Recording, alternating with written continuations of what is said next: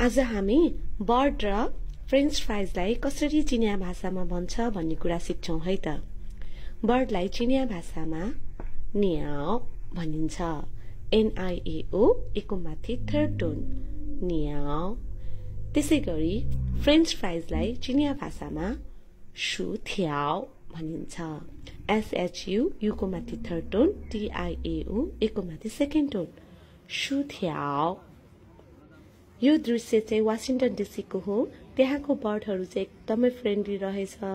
यो बर्ड चाहिँ धेरै मात्रामा देखिँदो रहेछ त्यहाँ। बर्डले खानेकुरा पनि खोज्न आएको थियो। त्यो भिडियो चाहिँ म पछि राख्छु है त।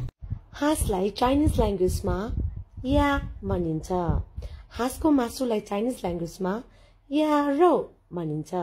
YA एको माथि फर्स्ट टोन ROU को माथि फोर्थ टोन या रो।